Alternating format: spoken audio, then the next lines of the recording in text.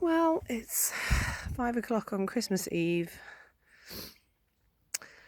I've been putting up some of the fence panels from hey Bella from the old terrace roof, trying to winterize the chicken coops a little bit. I got as far as putting 1, 2, 3 panels on each coop.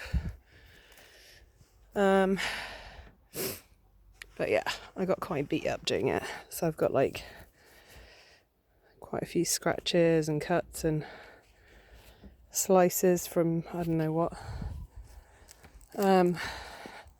Went round, did a fence line check, put up some extra galvanised poles.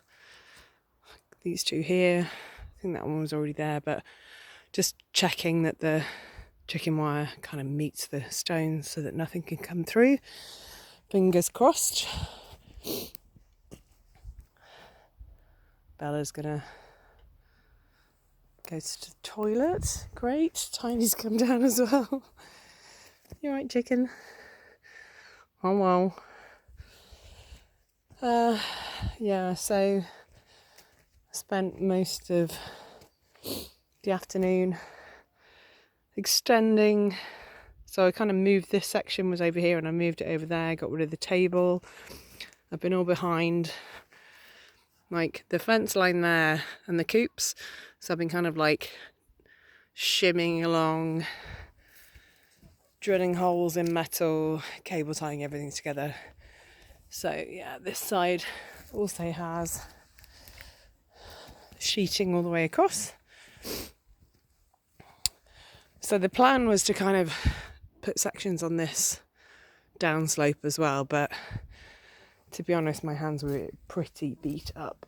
Got a big slice on my finger as well, and got as far as I could, and I think there's a good 5 panels out of 12 left there. Been bolstering up the edge of the field with extra logs. Moved all this. This is the kind of the stinky rubberized roofing that came off, and this is quite fragile, but might figure out how to use that. That's the kind of see-through panels. Mucked out all the birds. Moved a few of the logs from around here to kind of shore up the edges of the fencing and everything. But yeah, I'm definitely going to have to move the ducks out of the zone of all the other birds because Diego is so aggressive with the geese. Yeah, he literally, I had to grab him by the neck earlier because he was on top of Ronnie or Reggie, one of the boy geese, being so aggressive. I thought he was going to kill him. So I was like, okay, need another plan.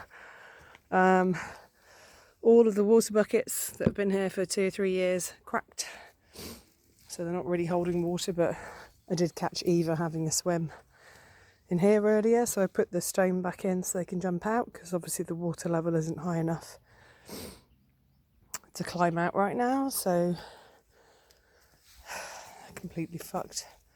Even though I'm kind of like, I'm using this little bit of cut-off garden hose as like a siphon, so I can siphon off the water, but the last little dregs I need to tip the bucket, and then as I tip the bucket it breaks. So I mean, these have had like a good, yeah, that's broke all the way down to there. These have had a good 2.5 year lifespan already, so just need to go and buy some more. But yeah, I'm quite happy with what I've achieved in like 3.5, 4 hours this morning. Pretty exhausted. Glad to have got like the old table that was here, that was like kind of, that's the table where I broke the legs off and then just stashed it on the side. There's a log that I brought down, moved some of the mirrors, picked up all the broken glass from the other mirrors, shoved some of them down the back there so the birds can't get them. But yeah, kind of had some creative cable tying, holding all this together. This is to stop it blowing away in the wind. smashed this post into the ground and then put a looping cable tie around and then drilled a couple of holes, looping it all together. So yeah, that's pretty solid. And then got creative on that side as well with the hole and a cable tie that goes around the metal pole. So yeah, hopefully nothing blows away in the wind come summer. It's a good little shady spot for everybody with less broken glass. They do like a mirror, but all the mirrors are kind of disintegrated in the last couple of years. So yeah, not surprising. There's not a lot left. But yeah, I've just been like shoring up underneath with stones and then making sure nothing's going to move. The trees aren't going to move too much now they've been topped, but yeah, just trying to make sure everything's solid. Some of these huge galvanised poles are really good at holding up the fencing on the side. Got this little olive branch earlier and tied that on with cable ties as well, because the birds really love something natural to rest on. It looks like a little bit of a corrugated shed right now, but it's a little bit more protected for the winter. If the breeze blows through, it's not too bad. But yeah, so I'm just kind of using these poles to try and stop any what are the words? Any mongoose coming through. So yeah, I think that'll work. I filled in this gap the other day with like a 5-metre section that I got from the co-op. So that's all good. And then it's kind of higgledy-piggledy above there. But yeah, not too bad. So yeah, an exhausting morning. Quite pleased that I did all that though. It was quite tricky getting the middle sections in because I had to literally get myself shoehorned behind the bird enclosures, and then in between this fence I was kind of like putting my feet down here and holding on to the metal for stability. But I got it done, so I drilled 4 holes in each panel, 1, 2, 3, 4, and then cable tied them all, and I was able to do that mostly on this side. It was quite easy, a little bit trickier on the other side, but and you'll see I've tied all the cable ties for the branches. Cable ties are definitely a girl's best friend. What can I say?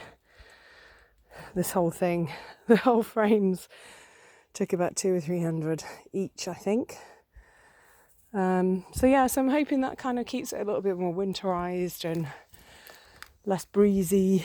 And the plan is, well, maybe not tomorrow because it's Christmas Day, but these ones and these slats, these panels here, maybe I'll put some across the top, and then at least half of the enclosure is like dried out.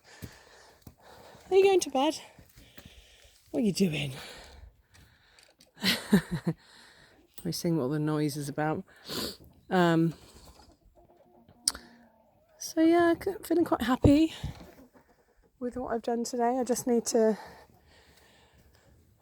now that I've seen how aggressive Diego has been with the geese, I need to maybe move the whole of the duckville, maybe even build another enclosure and just put the ducks like third in line and keep them segregated, because what are you doing? Yeah, he's been really aggressive. It's not good. Hello. I know. Hi, baby girl. Eva has been laying eggs again. That's interesting. So I mucked out and gave them loads of fresh straw earlier. And as I was mucking out in that corner, I actually dropped an egg and found another one. So you can see that her butt's quite extended and fluffy. And that was kind of a sign that she might be ready to be laying. So considering it's like Christmas, she's got some lettuce stuck on her arm. You got something on your arm, love. You can see how bulbous her bum looks. So she's totally in egg laying mode compared to one of the boys. Like, you'll see not a lot going on in the undercarriage, and then you compare the undercarriage to Eva, and considering the goose egg is like the size of your hand, it's not surprising that her butt looks quite swollen. So I'm going to be a little bit more careful when looking through. I made a nice nest in that corner. I think the chickens have been in and dug little holes like there and there. Anyway, I'm going to leave her to it. She does make a beautiful nest when she gets going. I know, lads. I know. So cute. The boys have got such beautiful blue eyes. I know. So yeah, tomorrow, Christmas Day. I'll see if Eva's laid any more eggs by the morning. But yeah, keep an eye on this little corner.